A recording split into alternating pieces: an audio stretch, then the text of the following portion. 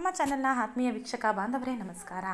Big ಬಾಸ್ನಲ್ಲಿನ Gilli ಅವರೇನಿದ್ದಾರೆ ಅವರು ಮತ್ತು ಕಾವ್ಯ ಇಬ್ಬರೂ ಸಹ ಒಳ್ಳೆಯ ಸ್ನೇಹವನ್ನು ಇಬ್ಬರು ಸಹ ಬಿಗ್ ಬಾಸ್ ಮನೆಯಲ್ಲಿ ಹೊಂದಿದ್ರು. ಈಗೂ ಸಹ ಇಬ್ಬರು ಸಹ ಸ್ನೇಹವನ್ನು ಅದೇ ರೀತಿಯಾಗಿ ಕಂಟಿನ್ಯೂ ಮಾಡೋದಕ್ಕೆ ಇಬ್ಬರು ಸಹ ಒಪ್ಪಿಗೆಯನ್ನು ಏನು ಸಂದರ್ಶನಗಳಲ್ಲಿ ಹೇಳ್ಕೊಂಡಿದ್ದಾರೆ ಕೂಡ ಹೌದು.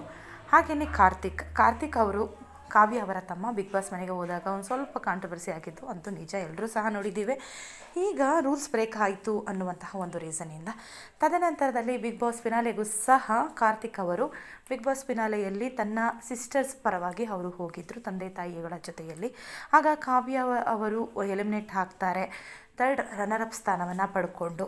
ಆಗ ನಿಜಕ್ಕೂ ಸಹ ಕಾರ್ತಿಕ್ ಅವರು ಬೇಸರವನ್ನು ಪಟ್ಟು ಕಣ್ಣೀರನ್ನು ಇಡ್ತಾರೆ. ಆಗ ಸುದೀಪ್ ಅವರು ಮಾತನಾಡಿಸುವ ಸಂದರ್ಭದಲ್ಲಿ ಹೇಳ್ತಾರೆ, ನಾನು ನಿಮ್ಮ ಪಕ್ಕ ಬಂದು ನಿಂತ್ಕೋತಾರೆ, ಇಬ್ಬರು ಕೈಯಲ್ಲಿ ಕಾವ್ಯದು ಕೂಡ ಒಂದು ಕೈಯಾಗಿರುತ್ತೆ ಅಂತ ಹೇಳ್ಕೊಂಡ್ರು.